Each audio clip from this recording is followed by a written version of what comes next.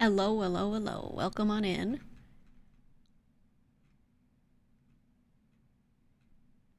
My voice is doing a little better today. I woke up and did not go upon, rising, which was great. Good improvement. I did have lots of heartburn yesterday. I thought I only had heartburn toward the end of stream. I was like really feeling it, so I was like, oh, I should probably end. Which is fine. There's no reason to stream beyond 6 hours besides like love of the game kind of thing, So if I'm not feeling well, I should stop. So I had to stream, and the moment I turned my head and looked away from my monitor, I was like, oh, I'm car sick. Yeah, the game fucking double tapped me. I was feeling it the whole time, but because some things with it were also sort of in relation to the heartburn, I thought it was just the heartburn. I thought that's all it was, So I was like, wow, I really don't feel good. Man, this stuff is really... this heartburn's really getting to me. But no, the game also made me car sick. I didn't realize. I didn't feel it until the last hour or two. So it wasn't just from driving the car. I think it was just I was whipping the camera around a lot, and it was just at the right, FOV and stuff that most games don't get me. Occasionally they do. I actually, IRL, I get very car sick, which is why I like being in a city and not having to drive. And if I do, as long as I'm the driver, I'm usually okay. I cannot be in a car and have someone else driving. I will get sick. If I sit in the front seat, it's a little better.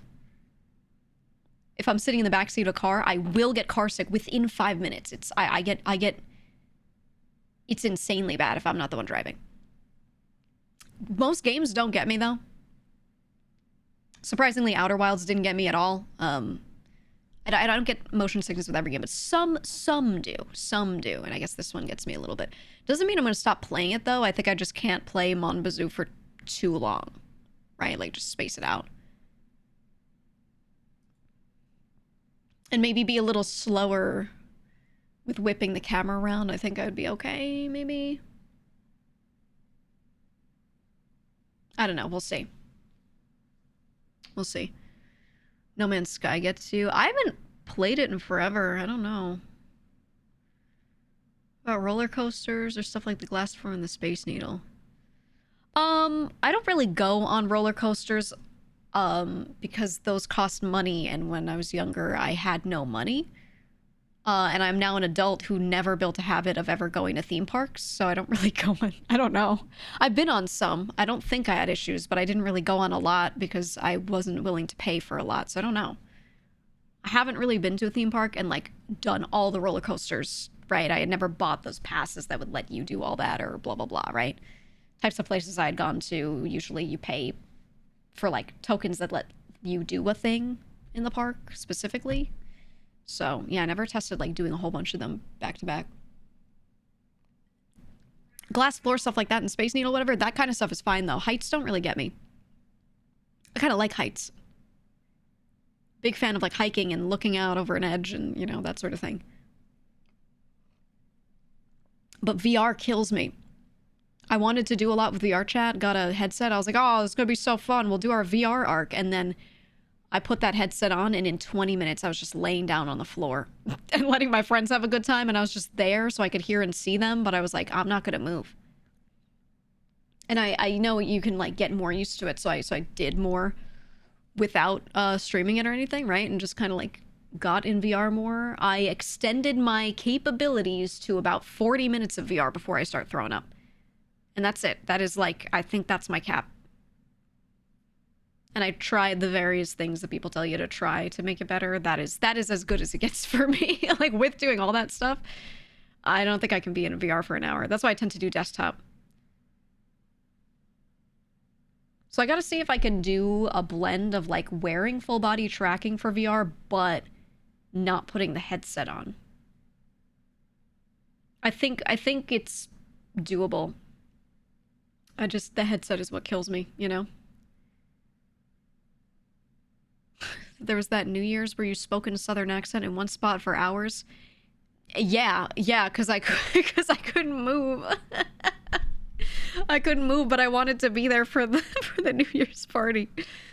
So I just laid down. Oh, man.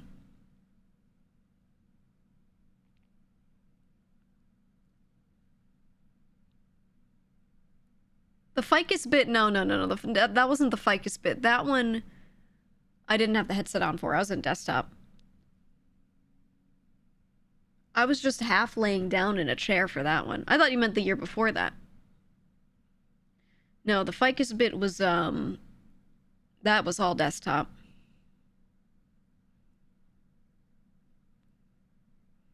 Dramamine doesn't help me enough. I don't know. Anyway, Mon Bazoo makes me car sick, but I will continue to play it.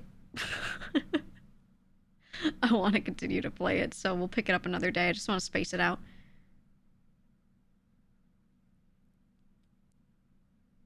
I want to space it out.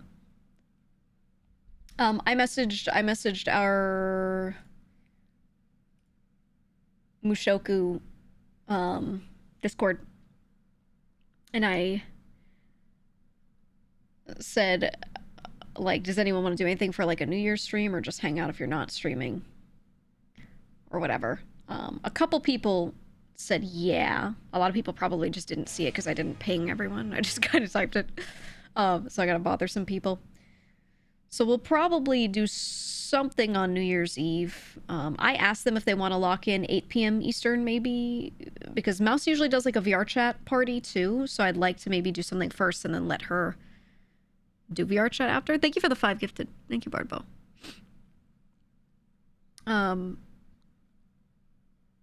But yeah, so we'll see if some of us end up playing something. I think it'd be nice because, you know, we used to like always do a New Year's thing of some sort. We didn't do it in a way where everyone had to show up or something. It was just like open invite. If you can make it, you can make it, because a lot of people might, you know, hang out with family, etc. So yeah, we'll see. I'll see if they're down. But I mention it because I kind of like just want to keep doing that stuff with my girls kind of thing, you know, if they're available. Hopefully Mouse feels better. Yeah, she's had a rough season. She's had a rough winter.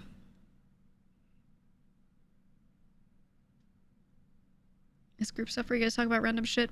Yeah, I want to try to put together some activities we can do that aren't necessarily playing games together every time. So I'm trying to come up with like what makes sense for that. And I'm trying to take inspiration. I watch a lot of, yeah, I love this track. I watch a lot of variety shows from Japan, Korea, China that are very much some sort of fixed format, and then they bring on like celebrity guests. They often bring on like either idol groups, or they bring on TV chefs, or, you know, like whatever. And they have a lot of interesting segments that they do before they start the main point of their show, where they do little variety segments so you can get to know the guest. And a lot of those, they play mini games and do little things that I'm like, I don't see any reason why I can't do this. You know, like it's a little easier to do in person, but like there's no reason why I can't do the same thing on stream. So I'm trying to like come up with ideas similar to that and just get a bunch of them together so that if I get people in a VC, I could just throw an activity at them and it doesn't have to always be like us playing a game, you know? I don't want it to be as involved as the game show thing that I did, because while it looked simple, it was so much production that I had to sit there and do. I was like production engineering and clicking all these billion things while also trying to host the show. And it's a lot, and it's not the sort of thing where I can hire someone else in to do it, because I had to do it at my computer, you know? Now, there are ways for me to build tools so that someone else could be the production engineer and be in the call with us and listen in real time and press buttons, whatever. But then I have to hire somebody, and I'm like, this is so much effort when I could just do these simple segments that don't take any of this effort. And it's like 90% as entertaining. You know what I mean? So, yeah, I'm going to try to come up with more of that kind of stuff that is less complex. Music vid reactions, right? Like if I want to sit there and just watch react to music videos, I could just bring someone on and be like, all right, give me your favorites. Boom. Right? That 10% ain't worth the 80% more effort. Yeah. And that's the thing with streaming. I don't think it's necessarily hard, but when you do things that take a lot of effort and they only give you slightly more return and how much people are enjoying it, then I'm like, well, why not do more stuff more often? That's way less effort for me. And maybe it's not 100%, it's 90% as entertaining, but it's still really entertaining. You know what I mean? Like, why why? Right? So I am trying to do that a bit more on solo stuff, but I figure there's a lot of little things that I can do to drag people into that could be fun group shit. So I'm compiling those and trying to make little segments for them, and all I have to do is get like a couple tiny graphics together and use like Figma for most of it, really. So I love That's My Streamer, but holy shit, Mike was dying trying to host that. That's My Streamer has like ruined Mike's life, dude. That show is so fucking good, and he loves doing it so much, but it is so stressful on every level, dude. Every single level. Number one, having to schedule people. Get them to show up, do tech check at the right time, be present, don't show up blasted, you know, etc., right? That alone is a huge undertaking, and it doesn't sound like it should be, but we know people in this space are very unprofessional. You know, they don't work a real job, quote unquote, because they don't treat this like a real job. So it's hard. But if you can get past that, which he did, power to him. You know, yeah, you heard the cats. Now you got to do all the production. But you are the streamer, you're the host. And the way it works out is you're not sitting there pressing a lot of buttons. You need a production crew. Now you got to organize a production crew, but you can't hire a super perfect professional one that costs $1 billion because you don't have $1 billion. You're not paying to make the show. You want it to at least make itself back, at least, right? So now you got to work with a bunch of people that can do it, but you got to teach them. And you aren't a broadcast engineer. You got to kind of learn it yourself, right? And so like, there's so many layers where this goes. And then you also have to build custom tools to let the contestants give their answers and then allow the broadcast engineer to see it and put up the right graphic on the screen at the right time and blah, blah, blah. And it's like, it's all doable. It's just so many moving parts that are simple that once you put them together, every issue with one is like a domino effect, you know?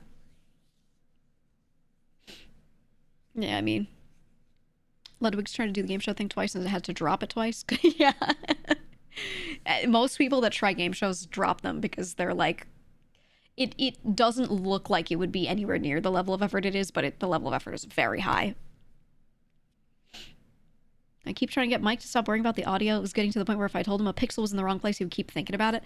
Mike is also an overthinker. So, like, he one thing will go slightly off and he will despair about it. He will lay down on the floor and actually just be like, my life is over.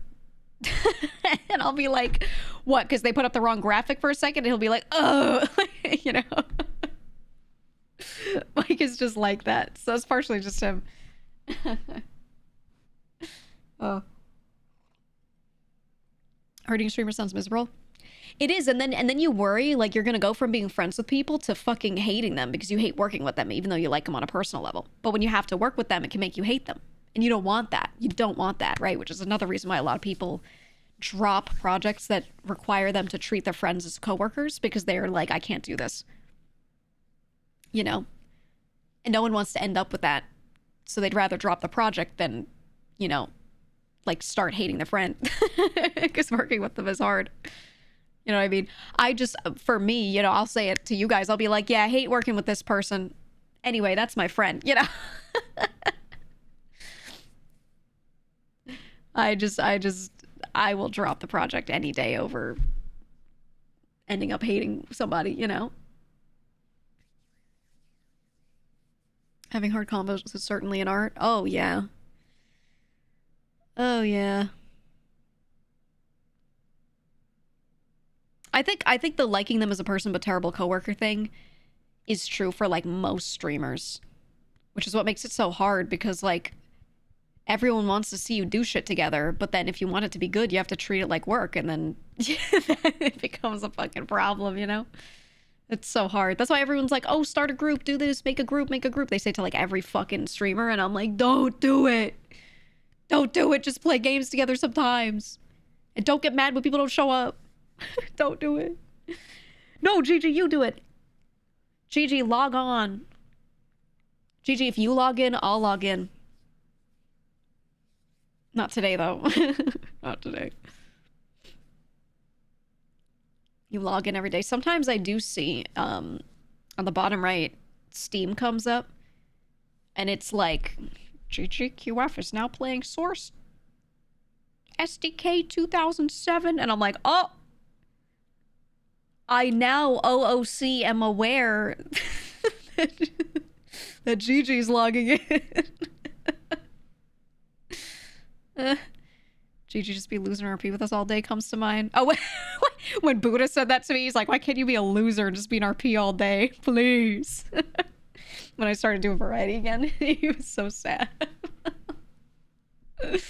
Sorry. My bad. It's okay. When V drops, I'll probably no life it for a bit again. I won't no life it as long because I'm really hoping that the launcher doesn't like you know, kill my PC every time I try to close the game. Hopefully not. Because my dream, my vision that never happened, my vision was every day RP 3 hours.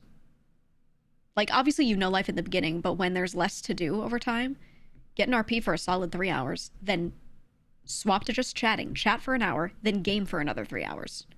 Boom. Boom. That's the blueprint. You get your half and half of gaming versus RP, and then you get chatting in the middle for, like, normal talking or whatever activities or whatever. I was like, it's perfect. I could do this every day. And then, you know, shit was crashing, and I was like, fuck.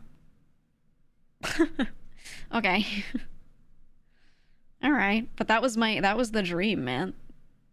That's what I wanted. So, we'll see. We'll see. I don't think the Gabe Cube is the key. Not for RP. Well, we'll see. I think the new launcher is the key, or so I hope. We'll find out. But we won't know until we get there. And I have no idea when that is still. I don't think anyone knows, so.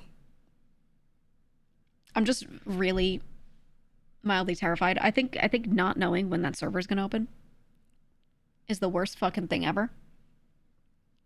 Okay? Because I have a lot of really important plans and projects,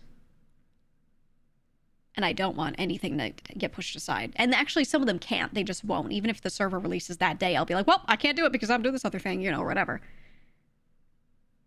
So I'm really hoping that it takes a while.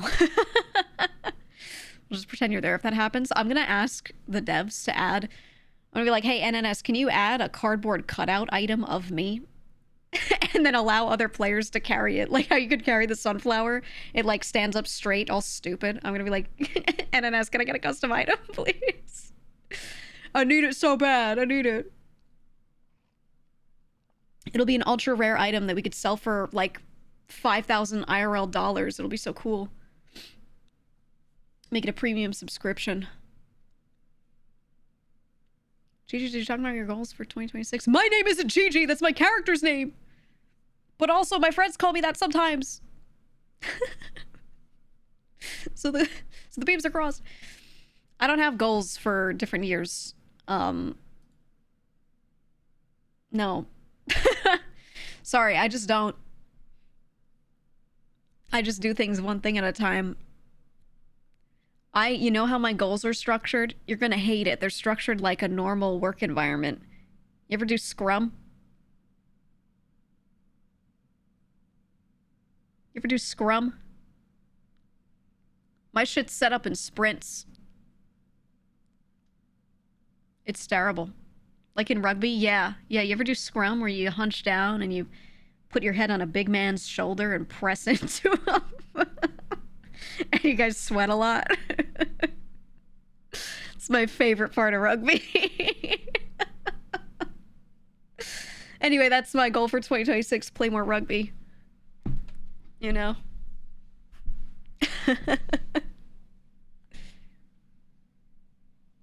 No, but my goals are structured like that, and then I don't give myself too many long-term time frames on a lot of them, because the types of goals that I have, I don't think are smart to do that too. It makes them happen on weird timelines and in a worse way. And too much with this work, with like being, it's not just like being a streamer, it's all the other shit that I do outside of streaming around this as work stuff that feels more worky than the streaming part. Too many unexpected things always come in, so I feel like I can't properly give myself timelines for a lot of stuff unless they're wildly vague, because there's always something else that pops up and then becomes more important than that long-term thing. So it's tough, man. But yeah, I do sprints for personal goals. I do.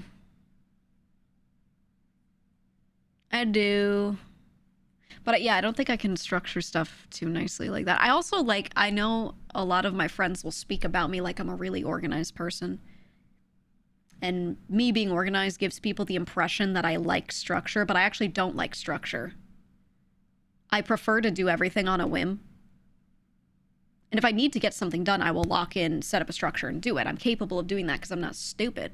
But if I have a choice, I will absolutely not plan things out. I like to not have too much routine. I like to have some, but I like when things are more changing and malleable, personally. I think too much structure, for me, is suffocating, and I don't like it. So, I don't know. But people usually have the idea in their head that I'm I need regimented, structured, whatever in my daily life. But that actually makes me like more uncomfortable. I want to be able to sit there and be like, you know what? I really want to work on this thing right now, so I'm just going to do it. Like, obviously I know what I need to get done by the end of the week, but if I really want to do this other thing, I'm going to do the other thing and then just do the other shit when I have to, you know? I always need to be doing something kind of person, which is why that is not an issue, but like, yeah, super flexible outline, no structure. I can't. I hated school. I was definitely a kid who did well, but I didn't have a fun time. I didn't enjoy school, and I could not wait to be out. I hated following other people's timelines, being on the same timeline as everyone else. And I was like, well, people learn differently and at different paces. So I want to do what makes sense for me. I also can't stand when people tell me information. I need to sit down and read it or like learn it myself from a book or something, right? Like I don't like verbal explanations of things over that. But school was having to sit there and listen to a teacher talk to you. And I half the time hated the way they explained stuff. So I really hated school. It made me I think that contributed to me not liking structure. You got better grades in college because you could make your own schedule? Yeah. I really enjoyed college for that reason. I didn't show up to class most of the time. Or I did, but I wasn't listening. I was sitting there reading through the textbook in the back and not sitting there paying attention to the class. I would just be there so that if I had questions at the end, they would open usually, 10 minutes for you to come up and ask whatever. Then I would just go up and ask. And that's it. I really just, there were so many classes I literally never showed up to. I just read the books and took the exams and it was fine, So I really, really, really enjoyed college over all schooling before that, Yeah, there were certain teachers that I did like going to and listening to. It really depended on what they were talking about. INTP queen. You know what I am? Wanjun T. I took the test and it said I was 98% T and like 97% A or something like that.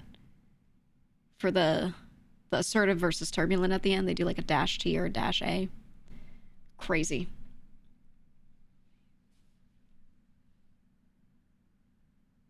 What Wanjun means like completely.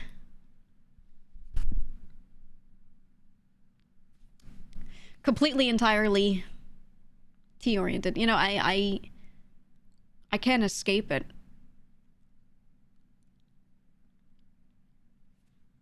I can't escape it because Korea is currently obsessed with MBTI. I think I've mentioned this before. And I had 3 different friends ask me yesterday. I was sending like my Christmas and New Year's, greetings and stuff to a lot of friends that are like overseas. And I was like, hey, hope your holidays were well. Hope your New Year's gonna be great. You know, that sort of thing. And then a lot of them were like, yeah, hope you're well too. I've been doing this recently. Anyway, what's your MBTI? Like, they're all asking. And I'm like, would you guys get a new obsession? Please. Please. Like 3 different people asked me that. And I was like, oh my God.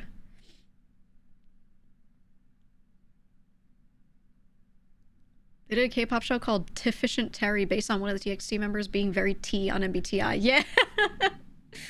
Yeah. I really like, I like Zero Base One. And they laugh because they've got, what, 9 members, and only 2 of them are T on the MBTI. The others are all more feeling. They're all F.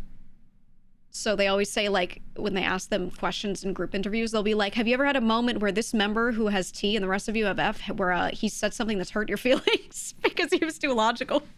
And then they'll always be like, yep. And then they start telling stories. That shit's so funny. So funny. They'll be like, yes, he's hurt my feelings many times. He doesn't understand me. That's the kind of stuff I want to do with the girls. Like those little variety segments, like the really simple ones. Is it MBTI made up science, or it's actually real? It's not even like supposed to be real science. It's just a way to quickly categorize people to help you better understand them at first blush. It's telling you a person is in general more likely to be like this. It's not corporate astrology because it's actually based off of something, but it's not good science either. It's simply it's a simple sorting mechanism. That's what it is. It's simple sorting. Very incomplete, simple sorting, which is, I think, done pretty well, because it absolutely is correct in that it's a nice summary of a person as a baseline when you know nothing about them, to go from knowing nothing to knowing a little bit of maybe how they operate.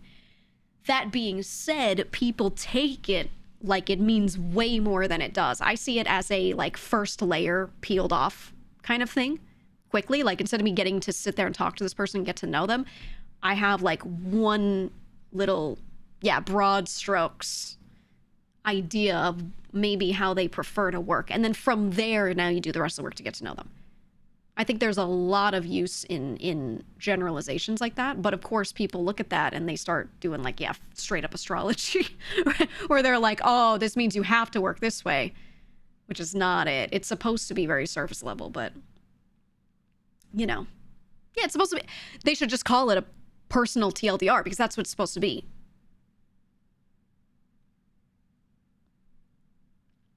Supposed to be a thought exercise and tame icebreaker, right? Which is very surface level. That's right. Icebreakers, like, you know, the first thing you do, and then there's so much beyond that. But people really they really treat it like it's well beyond that, and I'm like, you guys are crazy. It's much better than actual astrology. It's much better than the stupid like blood type personality thing, because those are full on based off of literally nothing. At least this one, someone did a questionnaire to get sorted, right? Like, it absolutely does sort people based off of their answers, yes. But beyond that, some people get a little crazy with it. They get a little crazy. But yeah, everyone starts treating it like they're scrying into your soul. Which is always pretty funny. But yeah, I got INTP. And the P and the J are, I think I'm like 60%, 57% leaning toward the P. So P and J could kind of be interchangeable. Same thing with N and S. My second letter I'm not too far into the N side. So like the N and P, you know, just a little leaning toward one. But the T and the I, pretty far. T is literally like 98% according to the test for me, which is, you know. But the test was like, hey, this means you're a robot and you have no feelings, you're a terrible person. Boo. Or something like that. Yeah, I like PB and J's too. You heard of the Big Five test? What the fuck is that one? Do I know this one? Big Five personality traits.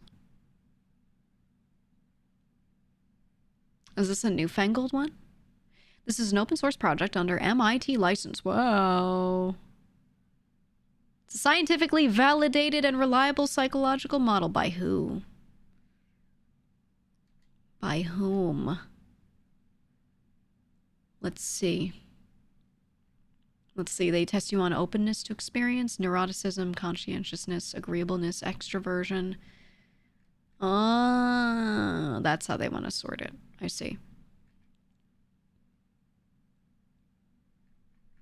I think I have seen this one. I just never took it. Should I take it? I love when people say this is based on science. I love the phrase based on science. That's my favorite one.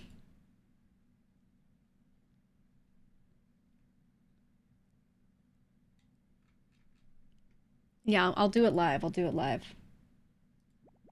Okay, hold on. Let me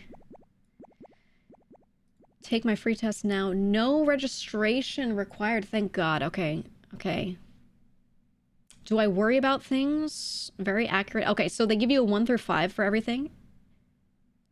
You either say very inaccurate, moderately inaccurate, neither accurate nor inaccurate, it's neutral, or moderately accurate and very accurate. Okay, so I give like a 1 through 5 on all these.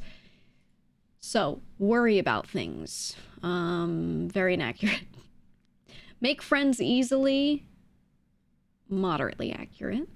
Have a vivid imagination. Very accurate. Trust others. Very inaccurate. Complete tasks successfully. Very accurate. Get angry easily. Very inaccurate. I'll do the numbers. 1. Love large parties. 1. Believe in the importance of art. 4. 4. Use others for my own ends. This sounds like a Slytherin test. Right? This sounds like a Slytherin test. I mean, what do they mean by that? Use others maliciously? Or... because I will absolutely use others and then also let them use me. You know what I mean? Right? Like I'm a very give and take person. Where I'm like, yeah, absolutely. If they can help me with something, I'll ask, but I'll also offer them. So I want to say yes, but this, again, sounds like a fucking Slytherin test. I'll say moderately accurate because there are caveats. I have to offer them something in return. Like to tidy up. Neutral. Often feel blue. No, very inaccurate. I'm a really happy person, which most people would be like, I thought you hate everything. No, I don't get upset. Take charge. 5. Experience my emotions intensely. I don't like this question. What does experience mean? Because I don't express them outwardly very loudly because that makes me feel worse, but I still feel feelings. Like what?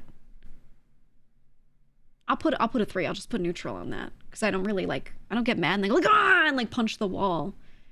Do they mean physically experience? Because I don't physically experience them strongly, but internally I feel every bit of it or think every bit of it. Yeah, I don't know if intensely means like an outward. I don't shit and cry if my bread gets moldy. No, you know what? I'm gonna put a 1. I'm gonna put very inaccurate because realistically, like, it doesn't dictate what I do. You know what I mean? What dictates what I do is like what I should do, not what I feel like doing, if that makes sense. Love to help others. Yeah, I'll put a 4. Keep my promises. I'll put a 4. I think I do on a personal level with people, usually. Find it difficult to approach others. 1. It's easy. I'm always busy. 5. Yeah. Prefer variety to routine. 5. Love a good fight. I love watching fights. I don't like fighting. 1. I like physically fighting because working out is fun. I have no energy to deal with people. Work hard. I think I do a lot. I don't think I work hard. I'm going to give myself a 2 on that. Everyone around me would say I do, but I would rate myself a 2 on that personally. Go on binges? 3. Sometimes. Love excitement. What? What does this mean? Do you love excitement?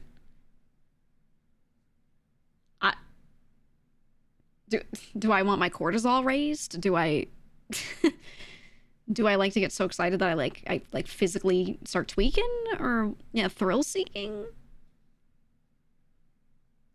I think this is a question to sort you in whether or not you like things changing or not. Right? Excitement is something happens, it's exciting, it's different, blah, blah, blah. That's kind of like the guess. Yeah, I don't really like panic attacks, though. Some of the questions are confusing. I feel like everyone loves to be excited because it's like saying, hey, do you like having fun? Right? I'll put a 3 because I don't know. Love to read challenging material? Yeah, it's a 5. Believe that I am better than others. Oh, I'm a big ennui individual. I'm a Buddhist on this shit. No one is different. Everyone is the same. You may have different capabilities, but you know, you're nothing fucking special, kid. I'm gonna put myself at a 3 because I don't think that I am worse than others. I think everyone's the same, so I'm putting a 3 there. Nobody's special. Am always prepared. I'll put a 4. Well, I think in practice I've been a 5, so I'll put a 5. I'll look at myself in third person from there. Panic easily. 1. Radiate joy. Okay, let me tell you something. I think I don't radiate joy. I think I am a happy person, but I think I'm more of like a calm and at peace happy. Here's the thing. On stream, I think my model does a lot of heavy lifting here, and whether or not you think I radiate joy, because I met up with some friends.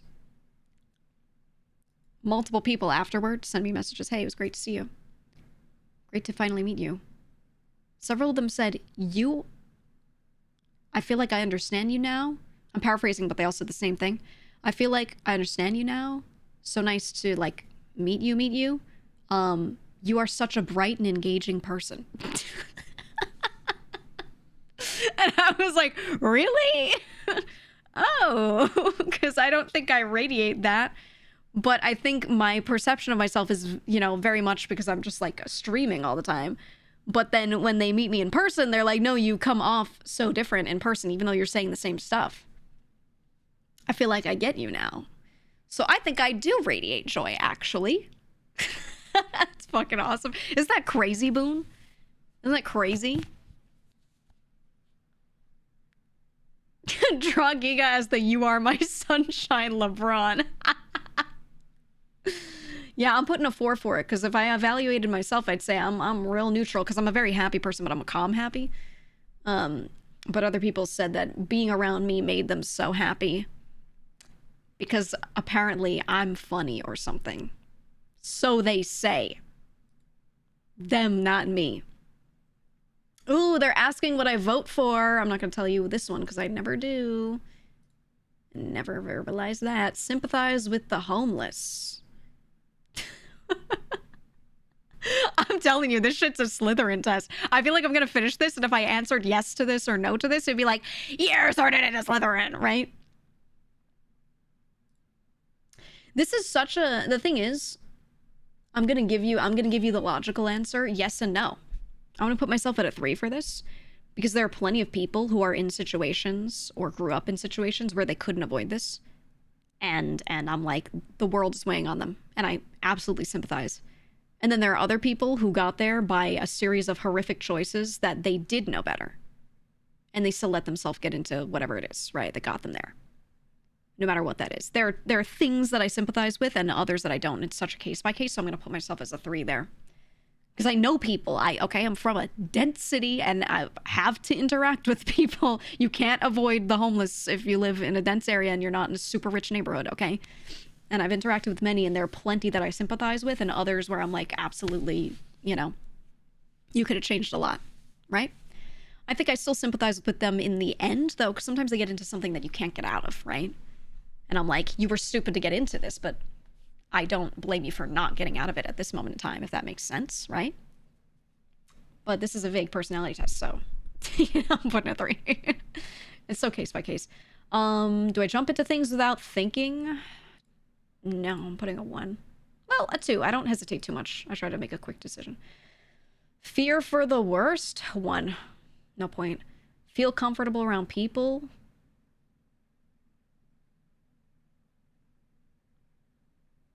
That's another one. That's another one. I'm comfortable being myself wherever I am, even if there are people around. Does that mean I want to interact with them? No. I'll put a 3. I wouldn't say I'm uncomfortable around them, but I prefer not. Enjoy wild flights of fantasy. Well, I read lots of fantasy novels, and I like magic. And when I'm in a car, I look to the side, and Spider-Man is running next to the car. So I'll put a 5. Believe that others have good intentions. 2. 2. I think people's intent is almost always self-serving, and they think that they are good from their perspective toward themselves. Not that they think they are good for the world from their own perspective. They think they are good for themselves in their situation in most cases. And some are good, which is why I say 2, not a 1. Excel in what I do. 4. Depends on what that is. I do a lot of things I don't excel at. Get irritated easily. 1. Talk to a lot of different people at parties. 4. I don't like it, but I do. See beauty in things that others might not notice. I think I'd be like a 2 here. But my family members would rate me as a 5 on this. So I'm going to go off of what they say, because I think I would always point things out to them. And they'd be like, what? Beauty! Me when I go to my aunt's bird and I sit in front of him for an hour going, beauty! And then he stretches his wings out and I'm like, oh, yeah. Love that bird. Cheat to get ahead. No, I'm a merit-based person. I'm going to put a 1.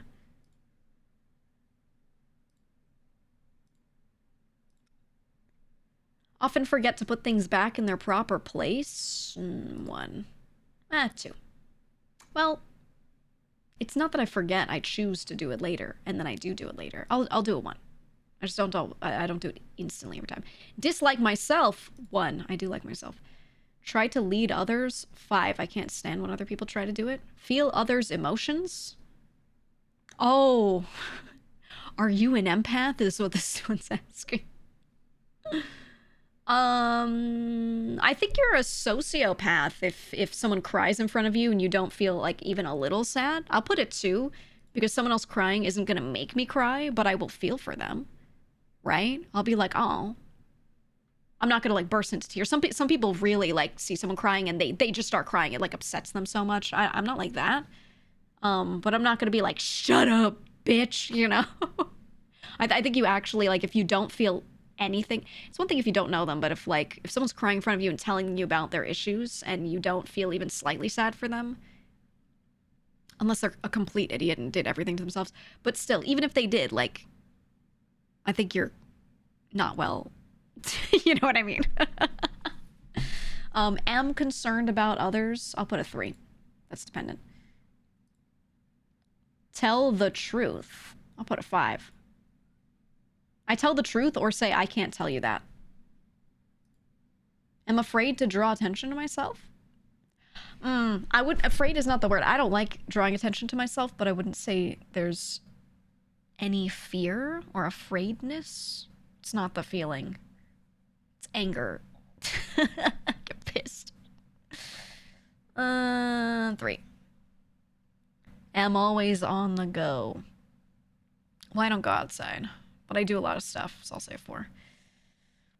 Prefer to stick with things that I know. I'll put a 2. I try new shit. Yell at people. Oh, I don't yell at people. 1. Only for a bit. Sometimes I do it as a bit in like a video game and people think I'm actually pissed. Like, Booner used to hear in Vintage Story when I would yell at people for doing shit wrong or like not doing the thing the way I said. I think some of them thought I was like Like IRL mad. I was like, no, I'm on a vintage story server. What do you mean? I love that shit. My goal was to just keep causing strife because I was trying to get people to leave and separate out into their own factions so we could have some real tribalistic strife, but they all liked each other too much. So I was like, someone's got to be mean here. I tried to put them in Section 8 housing and they were like, I love it. I had people come up to me and were like, does GEEGA hate me? Oh, they would never. I was being so nice about it too. I was really not yelling. There was only one person that genuinely pissed me off at something, and I told them, and they, you know, they were fine after that because they were doing something stupid. I was like, hey, this thing's stupid. Everything else we're cool, and they were like, oh, okay. We need more drama, Boone. We need more drama.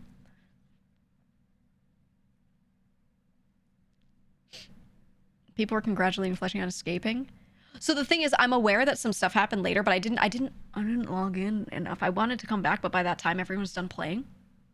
But I was gonna log back in and then like basically only take anyone who remained and let them stay there. And if we saw anyone else, kill them on sight. And I was gonna order them to sweatshop and make nothing but guns, but you know. I heard about that, Boone, but no one told me until it was too late. And I was like, you guys should have told me earlier. I would have logged on. I would have logged on, man. Ugh, anyway, I guess we died. I guess we all died. I went on vacation. The story arc could be that I was upset that too many poor people moved in, so I just moved out entirely. I moved to another continent. All right, next question. Do more than what's expected of me? Yeah, I'm giving that a 4. I tend to do that. Rarely overindulge? 5. Seek adventure? 4. Avoid philosophical discussions? No. 2, because you know what? I wouldn't say a 1. I would say that's a 2 on that. The tiniest bit will avoid it with certain people because I don't care about what they're talking about. They start talking about some shit. They're doing the like, oh yeah, your blood type means something about your personality shit and what that means philosophically. And I'm like, brother, no. Yeah, or debate bros. You know, there's a point where you're like, think highly of myself. Nah, 3.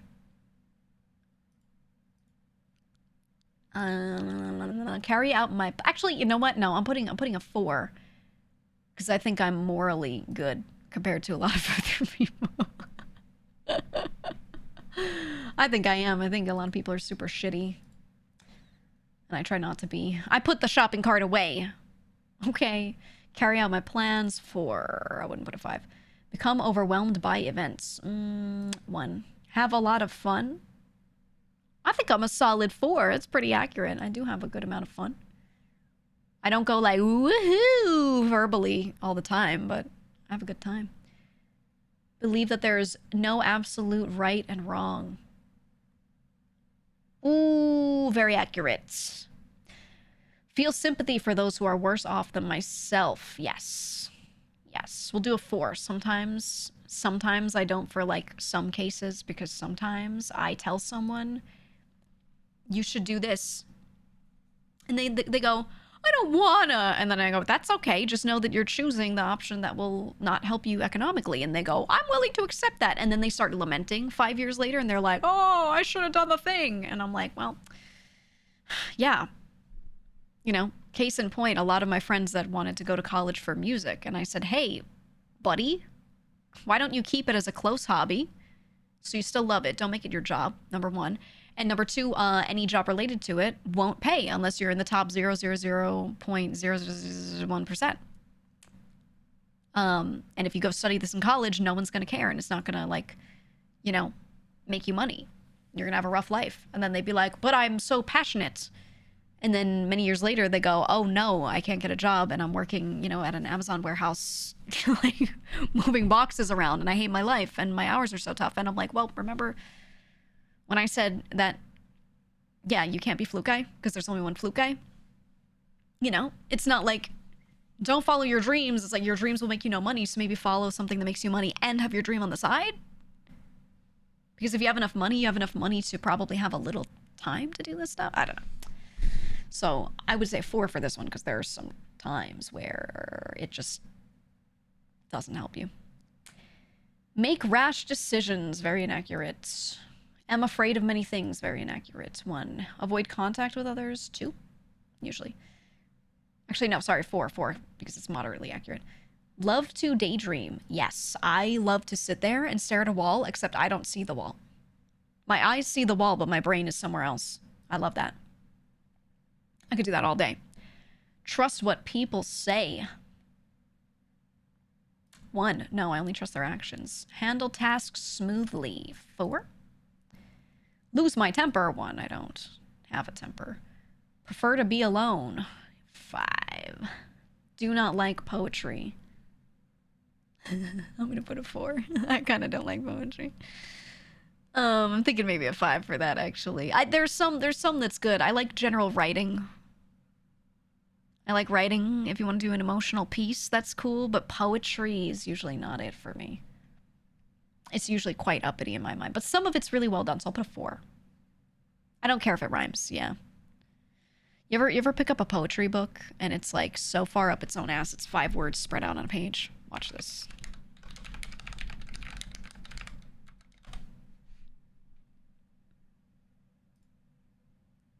Let me see if I can find a good example.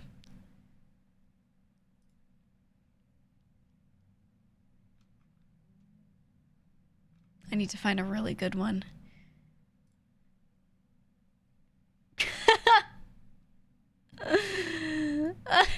I'll show you the stuff that I can't fucking stand that people actually publish. Look at this. I loved you because it was easier than loving myself. Run away. Shut the fuck up, you know?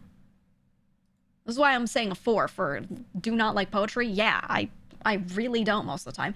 There's some poets who have done great work and you know, and that's great, but there's a lot of this bullshit. And some of it is more verbose than that, but it's still bad. It's still bad. That's just like a really extreme, you know. That's an extreme version.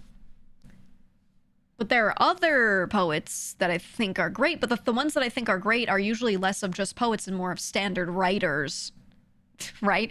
But they write a normal thing and then they make it poetic afterward. And those are the ones that I like, so. You know. Okay, next. Leave a mess in my room. 3, neutral. Neutral, because I don't care about cleaning up immediately. Am often down in the dumps. 1, no.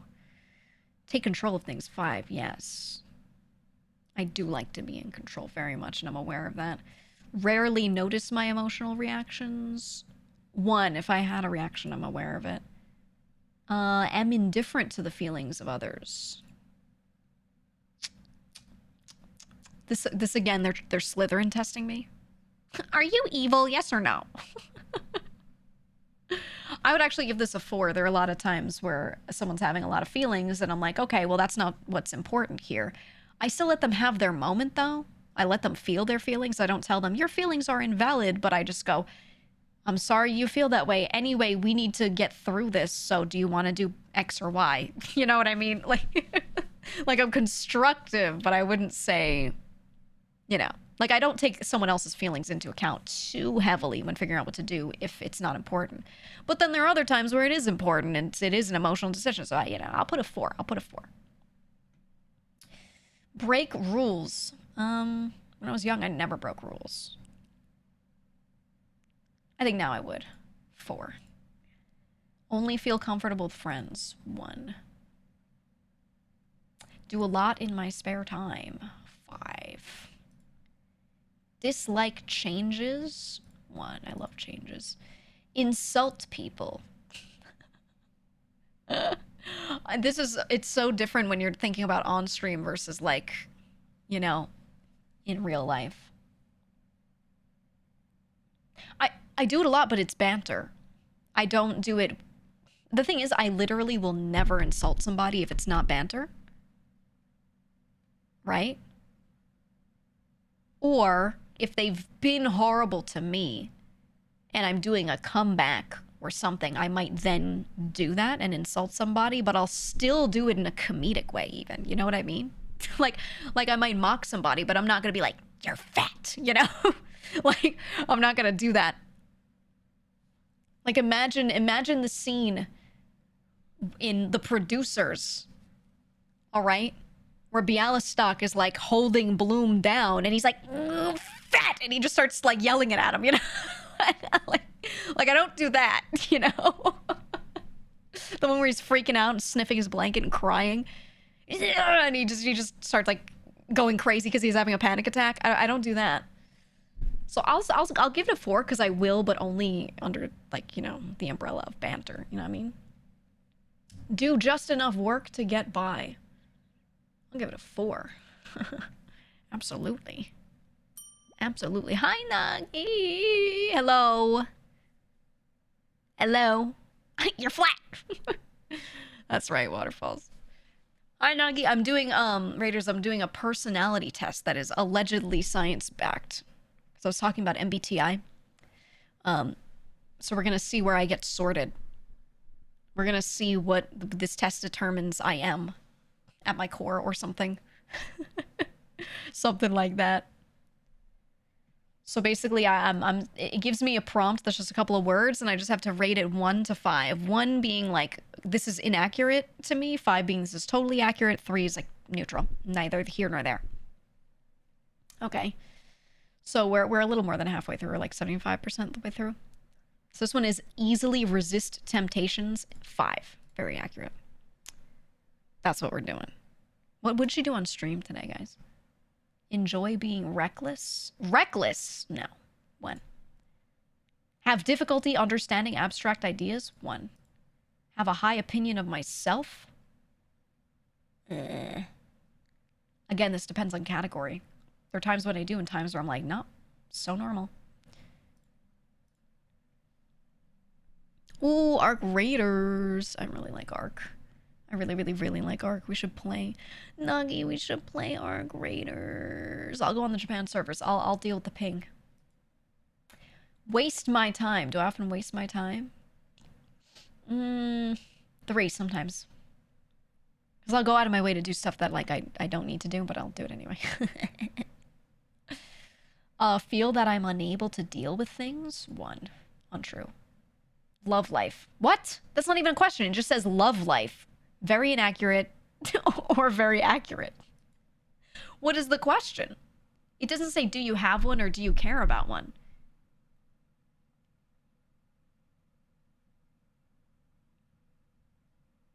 Oh, do I love life?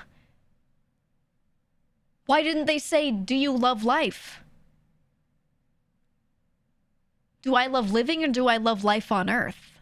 Like, do I enjoy all things living? Oh my God. What is...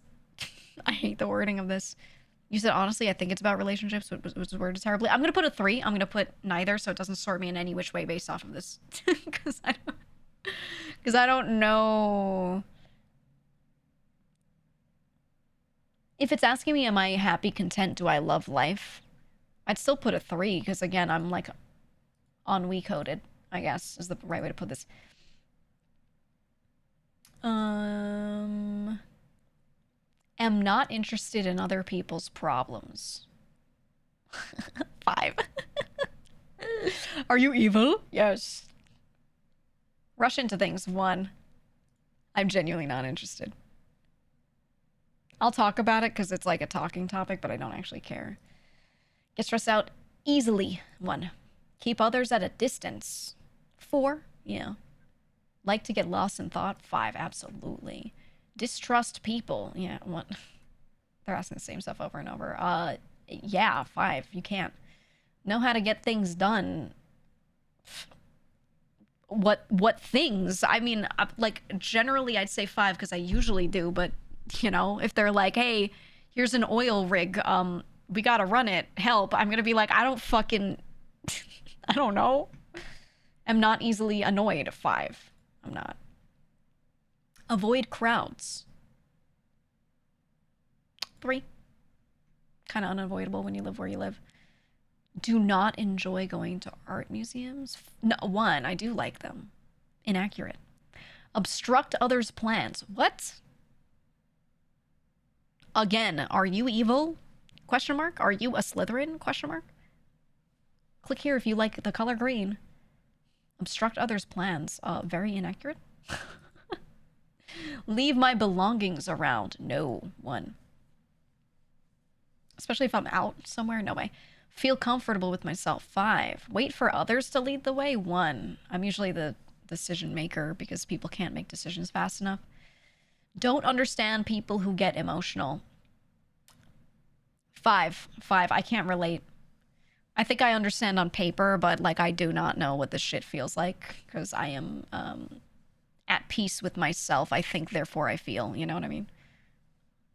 I feel, therefore I am, or something. Take no time for others. Oh, that's a 1. I take a lot of time for others. Break my promises. 2. Sometimes I do here and there, but like in an honest way, in a I told you this was a maybe kind of way. Am not bothered by difficult social situations. 5. Yeah, I'm not. Like to take it easy. Yeah, 5. I like to take it easy, but I also work a lot. What do you call that? Am attached to conventional ways.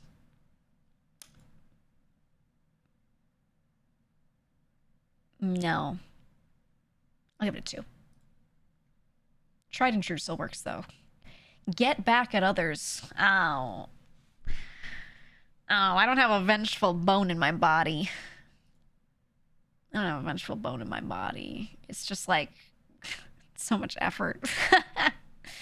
You could be vengeful and do something to get vengeance, or you could go eat more snacks. You know what I mean? That is my vengeance. Me not caring and eating snacks. Put little time and effort into my work. 1. Put too much time in. Am able to control my cravings. 5. Yes. Act wild and crazy. 1. I don't know, Chad. Do I act kind of wild and crazy? Am I like kind of different and quirky? So crazy. Am not interested in theoretical discussions. I like theoretical discussions, but the problem is people can't keep it theoretical. They'd be like, theoretically, if you treated Earth like just an ant farm of people, how would you treat the people? And I'm like ants. And they're like, you fucking monster. Those are people. And I'm like, but we were having a theoretical discussion about if I'm playing Earth like fucking per Aspera the video game, you know? And then I answer like I'm playing a video game. And then you're like, wow, you really are a sicko. Dude, people do this shit all the time. So I like these discussions, but holy fuck, people can't have them. You know what I mean? I'm gonna say I am interested in them, actually. I am. People just can't have these discussions. Boast about my virtues. I mean, what are my virtues? I think the only thing I talk about a lot relating to myself is that I am lax and I don't care, because I have to remind people that I don't care. Because they think if you talk about something, you care about it. What virtues do I boast about?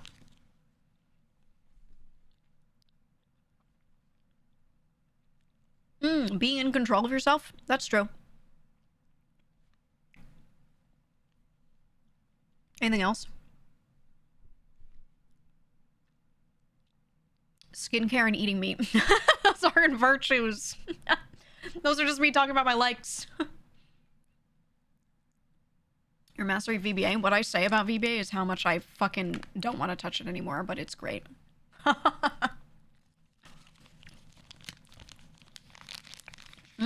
Proclaiming indifference is virtue signaling for Stoics. But what if you only proclaim it after other people claim that you might be different and you say, no, actually, and you do it only in answer? Because there's a difference between if you pull the shit out of your pocket for no reason, or you do it because there was a scenario or question that prompts it. You know what I'm saying? I feel like this question about boasting is more so like, if nobody ever asked or said anything relating to it, and then I just went, by the way, I'm like so indifferent. You know what I mean? But I'll only talk about this stuff if there's a relevant conversation, right? I'm talking about my preference or something in that context we're in. I feel like boasting is, yeah, like completely unwarranted. Yeah. So I would say I don't. I would say I don't. Extrapolation is not boasting. Yeah.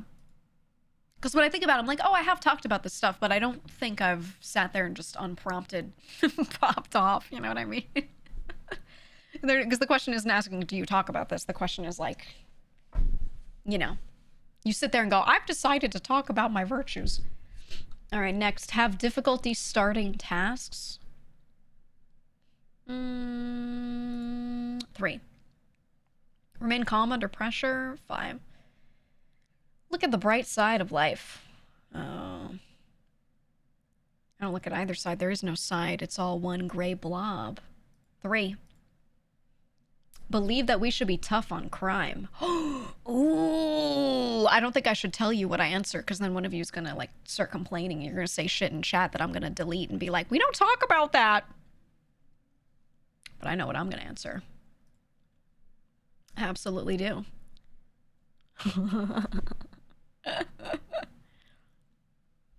And there's a reason why I don't tell you what I think on all these things. Because no one agrees on anything. And if you're in a place where everyone agrees on everything, you're in the wrong place. Try not to think about the needy. Whoa, I'm putting like a 1 or 2 on that. What the fuck? I will say I'm someone who has regularly mentioned things that we should donate to, and I think this is a good chance to mention it again. I think you should all look into, if you're end of the year and you're trying to offload stuff. I know end of year you get a lot of random shit that you might not actually want, and then you're like, how do I get rid of this? And you think about regifting or whatever. I think you should all look into Big Brothers Big Sisters, if you're in America. Big Brothers Big Sisters of America, really good charity that specifically does really, really, really effective work of giving, they call them your big and your little, basically, where they take kids that don't have parents or do it but need good guidance. They need someone, some adult in their lives who's not shitty. You know, maybe they do have parents, but their parents aren't really great, right? And they pair you with a normal adult who's going to be normal to you and can be like a guide, a mentor, or whatever it is that you need. But they don't just do that. They work with a lot of kids in foster, especially. But they also take donations and make sure that this goes to the right kids that need it. And oftentimes their big will sit there and be like, this kid needs this stuff. And we'll pick from stuff that's been donated to make sure that they get really curated, you know, stuff that they actually need. So if you can donate stuff to Goodwill and they'll take it and resell it and it's whatever. But I would consider, if you, especially around this time of year, you have like extra holiday stuff people gave you that you don't want, you want to donate, whatever, call them. And they don't just like have donation bins. You have to call and arrange a pickup, but they will do it. And they'll be like, yeah, get a box of stuff together and we'll swing by this time on this day and grab it from your doorstep or, you know, whatever it is. They're really, really, really, really good. I've had so many friends be helped by them, especially friends in foster care or from bad areas or with bad parents or without parents or, you know, whatever it is. It's a really, really effective program. So I'm just mentioning it while it's here. Every year I do, you know, my donations, I give all my stuff. Any stuff that I get that I like don't want, I always go to that program specifically because I like that they don't just give kids whatever. They like have a person who knows them well and is an adult and knows what's good for them help in choosing what that kid needs. So, you know, they're not just like, oh, you need clothes, here's some random shit. Instead, there's an adult who's like, oh, they don't like blue, they won't like this. You know what I mean? Like, there's something more personal about that experience and a lot better for the kids. So if you have shit to donate and you truly just want to get rid of it, they're probably the best spot to give it to, in my opinion. Anyway, act without thinking. Very inaccurate one. Okay, that was the last one. See results. Whoa. Here. Okay, it's the big five, and then they break it down. That's how they do it. You're a Slytherin. Okay, sorry, I'm in dark mode, so it's gonna look like this. Okay. What's the program again? It's called Big Brothers, Big Sisters. I don't think they're US only, actually. But Big Brothers, Big Sisters is the one to look into. They're really, really good. Actually, if you know someone who's younger who actually would need that sort of thing, like, you know, you see them, you can see they're struggling, and what they need straight up is just they need an adult. That's who you call. Look at that. Very open, very conscientious, fairly agreeable, fairly extroverted, not very neurotic. That's crazy because I thought I would be considered more neurotic. I'm literally... I'm like diagnosed with OCD, but it's not related like that. Okay. Wow, look at this. Okay, neuroticism. Oh. Neuroticism refers to the tendency to experience negative feelings. That's how they're defining it? Okay, never mind. I'm not neurotic then, for sure. I wouldn't... That's not how I define it, but that's okay. That's how they define it. The test is like, you're actually really healthy. It is a really weird definition. You do not react with intense emotions, even to situations that most people would describe as stressful. Yeah. Yeah, because it doesn't do anything. And so I scored on that. Extroversion. Oh. That's why it says I'm extroverted on here. Because assertiveness is part of this.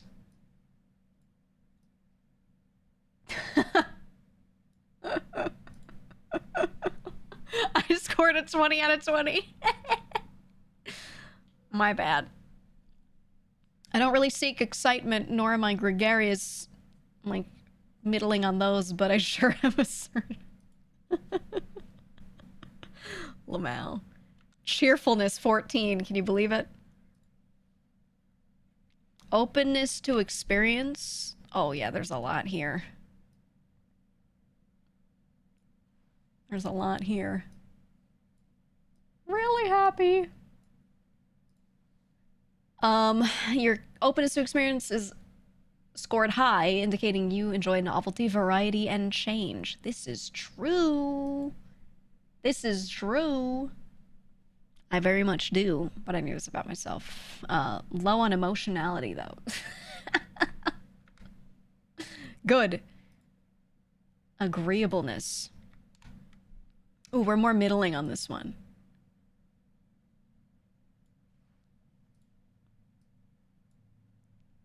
Here we go. Your score on agreeableness is low, indicating less concern with others' needs than with your own. Yeah, this is true. How, you're Italian? That's what you think. People see you as tough, critical, and uncompromising. Yeah, I guess so. I can agree with that. Except I don't, because people don't say that about me, Lamau. The thing is, this test doesn't add the nuance of, like, whether you care about your own shit or not, do you still act differently? So, I'm not really that concerned. But if I have free time and I see someone could be helped, I will always go and help, instead of just sitting around. If that makes sense. So I prioritize myself, but I still end up giving a lot of my time to others. So that's something that this test does not capture, I find. Because, like, a lot of people will describe me like I'm Jesus, and they'll be like, she helped me with this thing, and it was that. And I'm like, that wasn't a big deal. I was just using spare time to help you. And they're like, no, you're literally Jesus. Or whatever. W. Glaze, thank you. I do give a lot of my extra time to others, though. I do. I don't think they should treat me like I'm Jesus, but sometimes the way they talk is crazy. Glad they feel so strong about it, I guess. Conscientiousness. Hi, this means you set clear goals and pursue them with determination. People regard you as reliable and hardworking. Ooh. Ooh. Okay, so the lowest here is achievement striving. Yeah, I agree with that. I don't do to achieve, I do to fucking to do, I guess.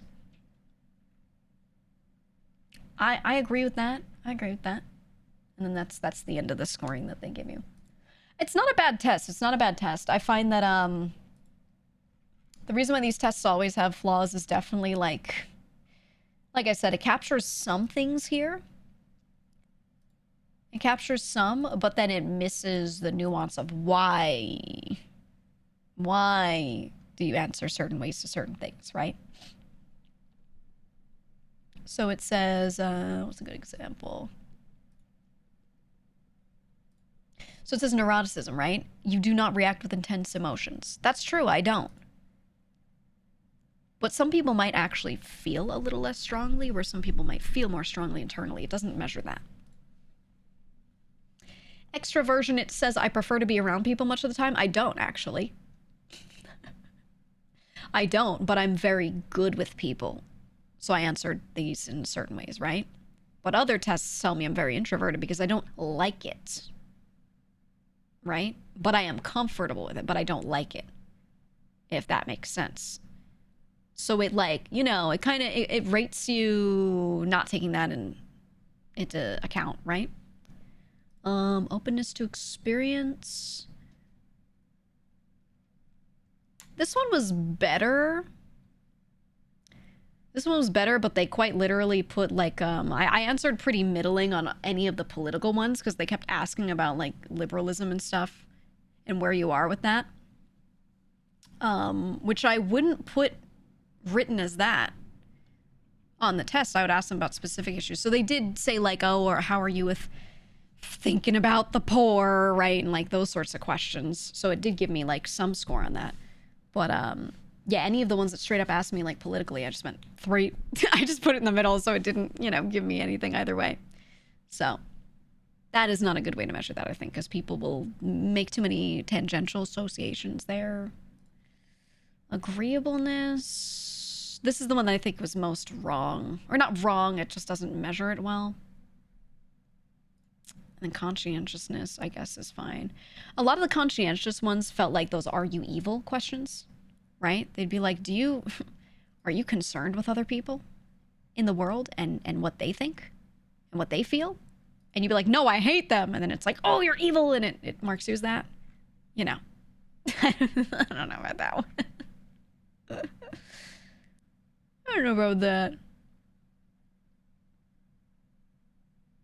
You can compare yourself, though. So it gives you a code and you can copy it.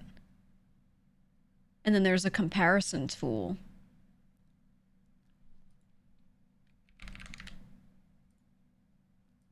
And you can put in your own code with other people's codes. And then it'll do that comparison. Oh, it doesn't have like a full...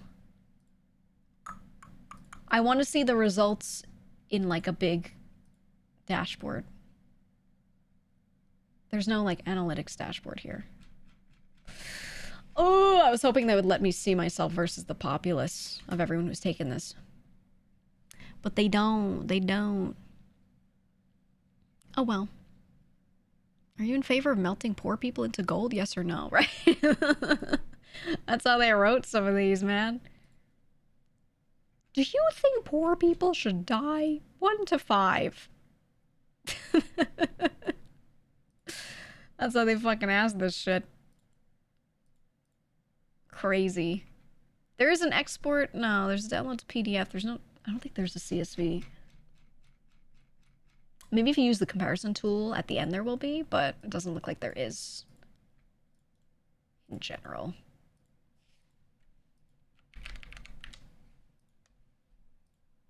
Let me see. I'll add that ID and then I'll add like some random other ID. Add person, compare people. Doesn't even work for me. Oh well. Oh well. Surprised they didn't ask about the elderly. Yeah, not once. Not once. It was only about poor people. That's the thing, is like the questions were about homelessness, poverty, or those with less, and I quote, or asking you about like liberalism, or the one question that was like, should you go hard on crime? I don't think those are, I don't know. I think the go hard on crime question is a good one to like figure out where someone is without making it sound too political, but I think it still kind of leans that way, so I don't know.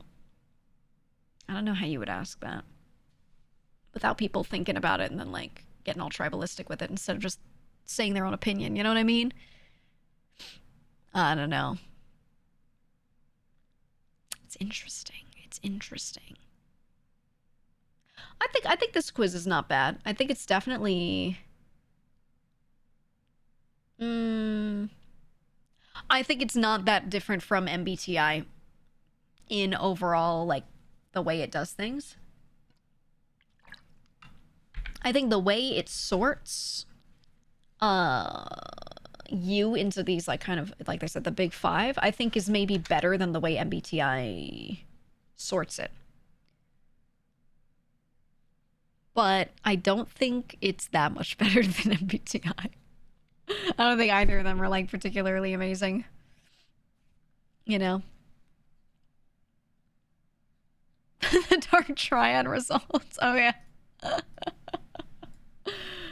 Yeah.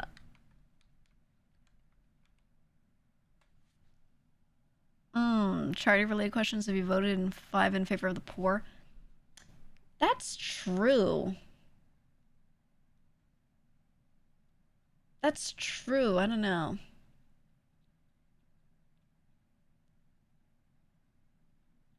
I don't know. Yeah, the dark triad results. I never took the you know, any like of these online little quizzes about them, but I know they don't call it this, but they absolutely evaluate stuff like that when you go to therapy. Hell's a dark triad. So it's 3 very quote unquote negative. They are negative. Personality traits. And when they overlap in certain ways, often they are indicators of people having something seriously wrong with them. So, what is it? Let me see. What are the 3? Here, narcissism, Machiavellianism, and psychopathy. Right? So the first one being like grandiosity and entitlement. Second one being manipulation, deceit for self-gain, which some of those questions were kind of in this. Psychopathy being impulsivity, lack of empathy, or remorse, right? So if you score highly in these traits and you have multiple of them, it's usually an indicator that, you know, now in your actions, some bad things might come out, right? It's just it's like one way to kind of evaluate somebody for maybe some not good stuff. But it doesn't necessarily mean someone is bad. It's usually the psychopathy part that's like, now we're getting into like the delusional area of things where you might actually like do something crazy. Narcissism too, a little bit. The Machiavellianism is just kind of usually like greed traits more than anything. Yeah, very not deterministic for sure. But it's interesting. It's interesting to look. The thing is, when people have to sit there and like self-proclaim, right? They have to sit there and answer questions about this stuff. It's always going to be way off, because if you are exhibiting some of these traits, you're probably in denial about it, or you think your reality is real, or the way you perceive things is the right way, and therefore it's going to be a bit twisted. So it's usually stuff that like a therapist who's working with you will just quietly mark down, you know, like they're not going to tell you, I'm looking for this, right? Instead, they're just going to ask you questions about your life and how you interact with your family, and what do you think of that? How does that make you feel, etc.? Do you think you're right about this? Blah, blah, blah. And then they kind of like put that together in your report, and they will talk to you about it, but they have to like do it in a way where you don't know that that's what they're looking for at first, because otherwise you're going to, especially if you display these traits, you're going to start masking that shit in front of them. You know what I mean? So Yeah, it's really interesting. I've been evaluated a ton because I have OCD, right? And that's just, they just have to go through everything. But I'm very familiar with like a lot of that stuff. But I don't have any of the types that have made me like get weird.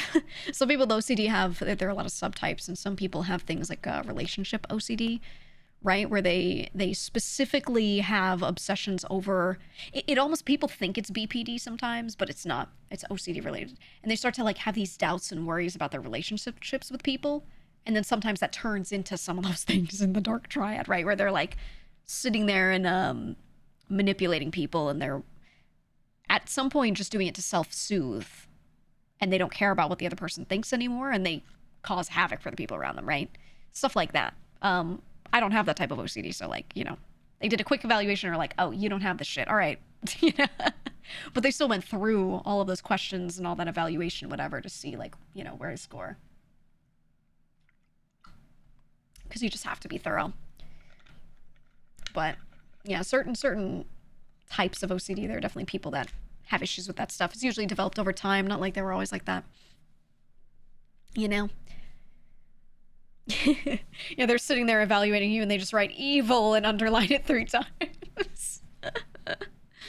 Got evaluated once for anxiety disorder. Wonder if I was tested for that as well. It's not like they test for that specifically. It's more that they test all of your positive and negative traits, and those are on there. And then there's one group of thinking, one set of thinking that's like, if these 3 things are all present in tandem above a baseline level, now there's a super high likelihood that they, you know, need help. There's something wrong, you know, et cetera, et cetera.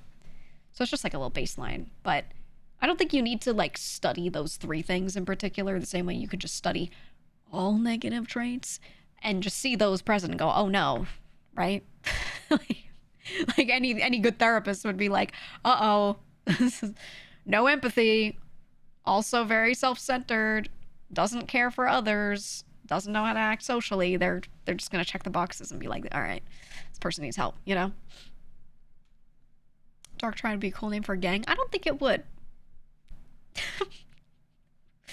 I don't think it would. He said, I would say my negative trait is that I care too much and work too hard. You know, when I went through all of my evaluations and everything, which I did many over the years, one of my therapists, she thanked me for trying to answer honestly. You can't answer honestly perfectly. Like they still have to just see in the wild a little bit, you know? But she was like, thank you for not making this too difficult. She said there are a lot of people that go out of their way to answer in a way that's not truthful with their therapist to like make themselves look better. And apparently this just is so common that like every other client does it. More than that even. And I was like, isn't the point of getting better that you have to like be honest? The same way with your physical health, right? If they're like, you ever shitted and farted, you wouldn't be like, oh, I'm embarrassed, let me say no. You're gonna be like, yeah, doc, because you're my doctor and you should know these things. You know what I mean? I think you should treat it like a physical doctor, right? When you talk to a therapist. But one of mine, the one that I had the longest, she said that apparently people were like so bad with being truthful with this stuff. So awful. And I was like, yeah, I get it. That's probably why they need help, right? Because they can't even be honest with their therapist. But like you're paying them, right? That's the thing. You're paying them for help and then not telling them like truthful answers. It's crazy. What a waste. Just throwing away money.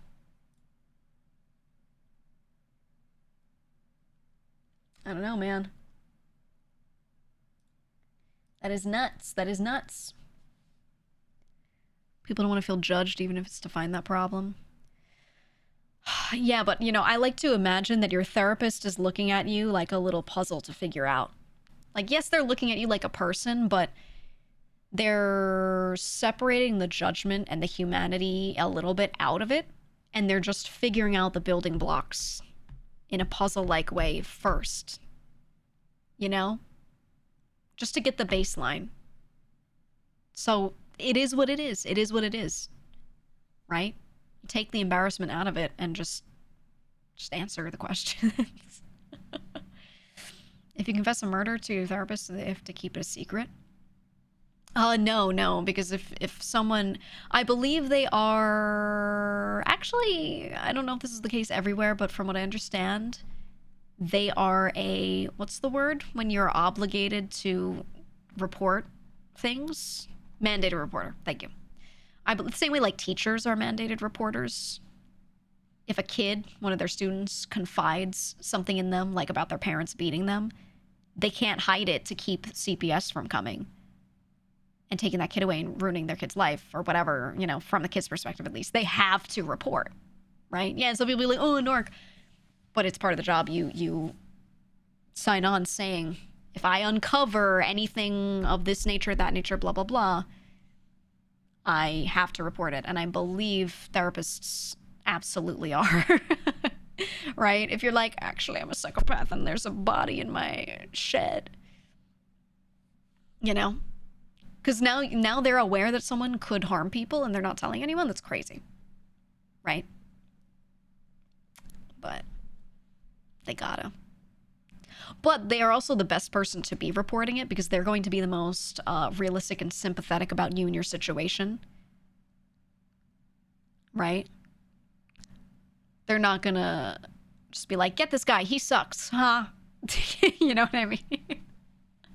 So, like, if you're going to confess anything like that, doing it to a therapist is probably the best way. Right? Forget if that falls under confessions booths in church as well. That is a totally different thing. And that depends on what church you go to, what institution it's part of, everything. And a lot of clergy are like way more likely to hold shit in for you depending on how crazy they are.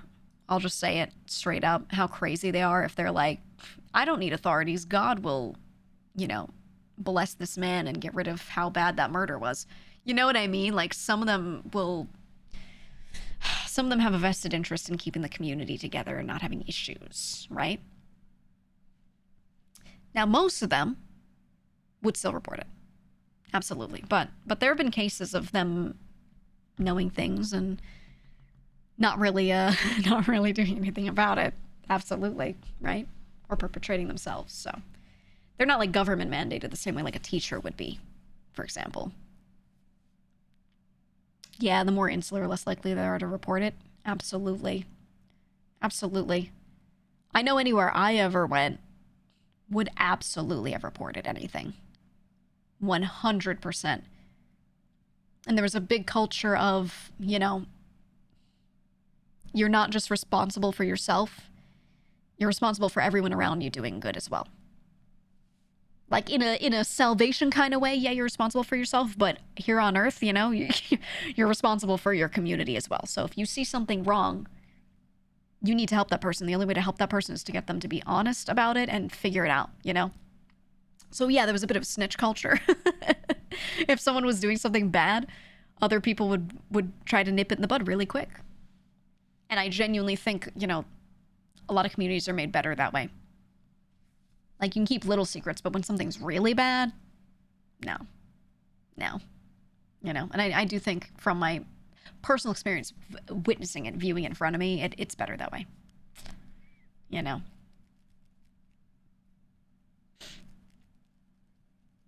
So I think mandatory reporters only have to report if they think someone is going to be harmed. If someone got murdered, the harm already happened.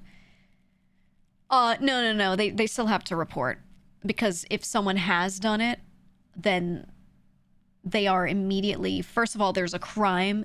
So the way it's worded a lot of time for mandated reporting is going to be stuff like, if you believe someone is a harm to themselves or others, a potential harm, or they have done harm to someone and the crime is unknown, or like it is unknown, they are a person of interest in it. Not a person of interest, but they're like an actual perpetrator. And that is unknown, you still have to report that, right? Because it's an active case now. You basically consider it an open and active case from the moment they tell it to you. So you still have to report it. Still part of it. Also, if someone did a murder and they've never been caught for it nor done time or whatever, they've not been rehabilitated or anything, you have to consider themselves actively able to harm someone. You have to consider that they would do it again, right?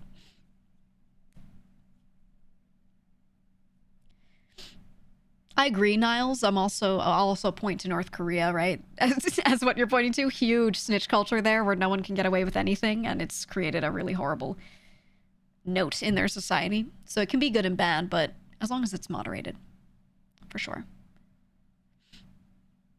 He said, as a mandated reporter, I am indeed mandated to report murders. Wouldn't it be crazy if they weren't? They were like, oh, only if there's an intended crime, but, you know, if it already happened, they got it out of them, you know, you don't have to report. If it was like that, that'd be crazy, right? That'd be insane. Mandated reporting is a bad rap when there are people who report for things that aren't crimes. Yeah, I think one of the biggest ones is the example I mentioned. One of the biggest ones that people don't report is when a parent is bad to their child and a teacher knows this. But the teacher knows that if they report it, it's something where CPS would take that kid away and throw them into foster care. Sometimes the teachers will sit there and not report it, even though they're supposed to, because they, depending on the nuances of the situation, might believe that that kid's better off with that singular parent being bad to them versus being thrown into the foster system, which can be really bad, depending, you know, different people have different experiences, but it can be really awful. So yeah, there are some people that don't report that kind of stuff. They say they didn't know, whatever, because they're just like, I think this kid is better off with this one shitty parent than foster system. Now, are they right or wrong about that? Usually not right or wrong, you know, but because you don't know. You don't know if they're gonna have a good or bad experience in foster care until they go into it. Sometimes it works out, a lot of the time doesn't though, you know? So it's a lot of underreporting for sure. Yeah, shinier turd, right? That's the thing, is like they get pulled into a scenario where I don't think that teacher should be the one that should be sitting there making that decision, you know? But they know if they don't, they have to leave it in the hands of someone else, and other people don't know the kid, right? People misunderstand how CPS works. Oh yeah, a lot of CPS is coming to your house and just making sure that there are no further issues than what was reported. It doesn't mean that they're going to pull your kids away from you. But a lot of the time they do pull them away for a day to question them. Almost like a crime has been committed kind of thing. To interview them away from the parent so the parent can control them and look into what's going on. It doesn't mean that they're going to keep them though. And they often go into the home and stuff and make sure, you know, kid has ample food and water. You did not put a lock on their door from the outside so they can't get out, and you can entrap them in a room, right? Things like that. That's what they're really looking for. And as long as there's nothing beyond what was initially reported and the initial thing is just something that could be worked out, then they just, you know, they usually leave them there. So I think people are a little more scared than they should be of CPS. Vale, thank you for the sub. You have some friends that grew up in the foster system. It sounded soul-suckingly transactional in the best case.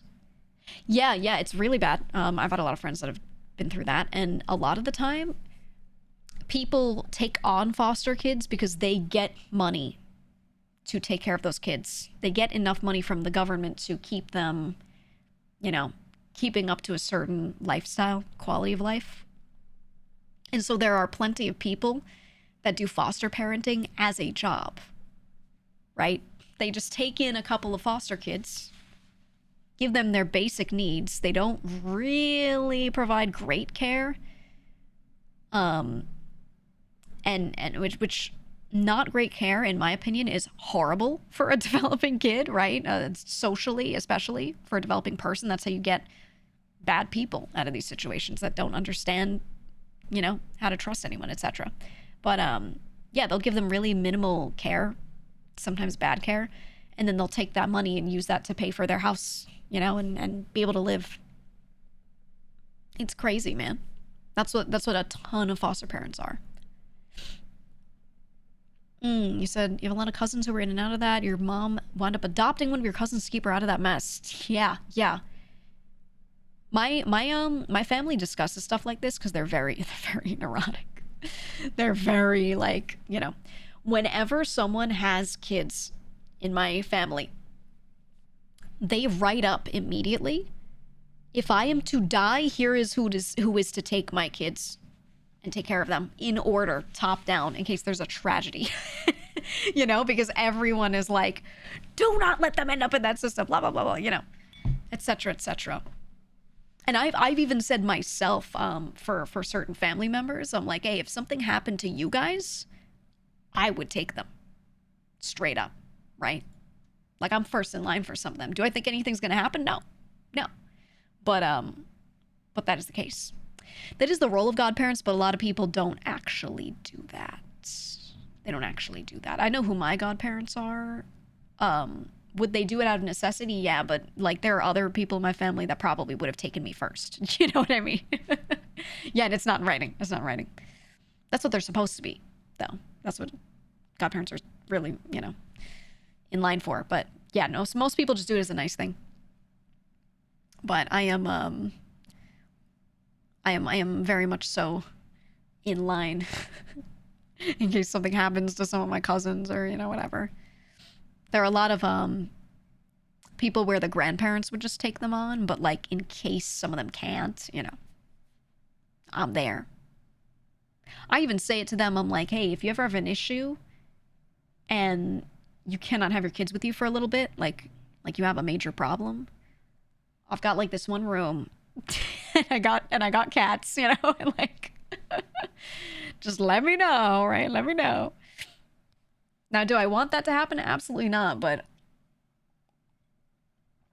I want them to know that that's there, in case they ever have a major issue or something. Or sometimes someone just has a health problem, right? And they can't physically, like, do anything for their kids. Maybe it's better for them to just live with a family member for a year while that person recovers than to just, like, make the kid deal with it and force a level of independence that they're not ready for. You know what I mean? That's just how it is. So I've also offered that to people, like, sometimes they have a single parent and that single parent gets like some crazy surgeries and stuff, but they have like an 8-year-old. What do they do? What do they do? So I've made sure that a lot of my family members know, like, I do have, a spot they could stay if they need and 2 cats. They'll have a great time, etc., etc. How do you think you would do as a parent? I think I'd be pretty good. I don't really want kids or anything, but I would be fine. I've taken care of too many.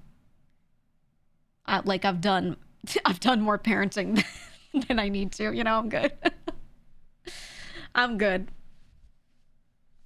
I'm really okay with that. But I would be a good one, I think. But I would be very I don't know. I'm controlling. I'm not like scary levels of controlling. I've seen that. I know I'm definitely not that, but I'm a little controlling of certain things. Only certain things. And I know it's only specific stuff that I think is like really important. So I know for a fact that, let's say, God forbid, one of my cousins, gets a major surgery. They're out of commission. I have to take their kids for 2 years. I would be like, okay, cool, you don't have a cell phone. You know what I mean? Like, but I want one. My friends have one. No, you don't get social media. Like, I would be one of those. I wouldn't really control a lot of other shit too heavily, but when I find something like that is like major, I would straight up just be like, no. And they would probably hate me for it. So now I would give them other video games though. So like, hopefully they'd see the balance. But I don't know. Yeah, or maybe I'd take them out to a rural area, let them live a quiet life, and then make them dig holes in the backyard all day. It's good for you. Who knows? I don't know, man. Oh, you said you did that for your niece when her mom had surgery. She stayed with you for a month? But you were like, I gotta switch to a couple dogs. Yeah, exactly. Exactly, dude. I don't know, man. I would just, I think that's the only thing I would like really be controlling about would be probably that and honestly, diet. I don't think anyone in my family is bad with this, but if any of those kids were like, yo, can I drink soda every day? I'd be like, fuck you, no! I wouldn't say fuck you, but you know, fuck that. No. Absolutely not. Or if they were like any older than like 7 and said, can you do all of my laundry for me? I'd be like, no. No, I'll show you how to use the machine. I'll supervise. I'll help you. But you're gonna fold all of it. You know? I'll do the machine part, but you're folding that shit. You kidding me? What, are your hands broken? You can fold it. Yeah, I would teach them inner peace. I'd make them get into bonsai and meditation and Dome Keeper. And I would go, this is what's good for you. Pick one of these 3. You may do nothing else. Also, you have to do your own laundry. I don't know, man. I don't know. Yeah, I'd teach them to keep they dome. It's what you gotta do. Have them learn League? Fuck no. You don't learn any valuable skills from League. League doesn't make you smarter. There's some things, maybe learning how to play it, yes, but I would not be like, go get Diamond. Yeah, they'll learn every slur. Right, exactly. Honestly, no, that's more so, I'm gonna be real with you, fucking Arc Raiders right now. I've said it before, but you know how they started grouping people based off of whether or not you play aggro or not? So the PvEers tend to be grouped together and PvPers tend to be grouped together in the same lobbies. There's still some mixing, but on average it's that, right? I love PvP. I see somebody, I am going to assess if I can kill them, and if I think I can, I'm taking the fight. I always take the fight. Right? So I'm in PvP lobbies. Holy shit, the stuff people say with their whole chest, on voice, sometimes no voice changer, with their name showing of who said it, and they're just yelling crazy shit. Crazy shit. But I was really surprised. You know, we played with Knock the other day. We had like 8 matches. It wasn't until the 8th one that we actually got someone yelling a slur at us, and I was like, wow, that was a good record. that was a great record, man. My God. I don't know, it's because you can report people, but they don't actually act upon the reports often enough, you know? So it makes me sad to PvP at this point. I've been PvP and saving people because of it. That's fine. I actually do like that they are grouping people based off of general playstyle. I think that's nice. I was considering doing it at one point, just making healing items and going and saving people. But, it's boring for me. I think it's boring for me.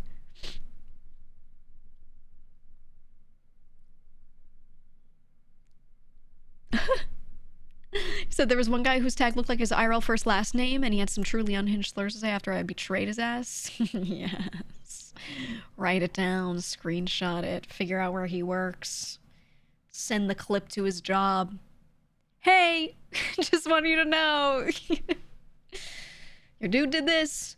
I've done that a couple times with people who had usernames that, like, you know, you could absolutely track them down. If I was a woman in a game and they started yelling anti-woman shit at me, I would usually just screenshot, like, usernames and stuff. Or, like, shadow play and, you know, take a clip of it, whatever. And it would only take me a couple minutes, but afterward, I'd go see if they also had, like, a Twitch account, things like that. People tend to use the same name across stuff. And, a good number of times, I'd be able to straight up find out, like, where they worked or something. And I wouldn't always do something about it, like actually email, but 100% I've done that. 100% I've done that before. Where I've just reported, like, IRL, you know, like, just straight up sent something over. Oh, yeah, when they put TTV in their name, and they're never live. They're, honestly, 90% of the time, they're never live. They'll have TTV in their name. And it's one thing if they're not live at that moment, but they go live sometimes, but they don't even go live, you know what I mean? Just take the TTV out, man. You don't stream. You don't stream. Ooh, yeah, there was one guy in Eve that was shit-talking a lot, searching his username, brought up him at a tabletop store and his face and his name. Oh, yeah. Oh, yeah. I haven't seen one put TTV since Fortnite. No, they still do. They still do. Occasionally when I've streamed games that are, like, PvP-oriented, usually shooters, I've seen it in Apex a lot still. We'll play it, and I'll be like, ooh, chat, do you think they're live? And we go check, and they're not. Yeah, I think in shooters they'll do it. They'll always do it. I don't know. It's kind of lame if they don't stream and they put the TTV in there. It's one thing maybe if they're an active user and they just want people to be able to find them, and they're like, well, the only thing I use is my Twitch account, right? More than Twitter. But I don't know.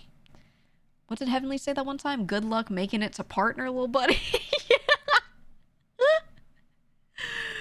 Yeah. When we're streaming, we'll say some crazy shit to them sometimes if they're talking shit and they got TTV in their name. Or I like letting people talk shit and being like, oh man, or saying nothing. And then afterward being like, by the way, thousands of people just listened. I post my link and I just say, caught, by the way. Or if I'm playing with someone else who's streaming, I'll post their link and go, caught, by the way. They laughing at your ass. I love that shit. Anyway, speaking of games, I got one I wanted to try playing. I don't know if I should maybe use controller for this. It's called Easy Delivery Company. Let me turn off BGM for a second, see. Yeah, we're gonna play games. Yeah, we are. Yeah, we are. It looks like a cute little game, man. I really wanted to play it.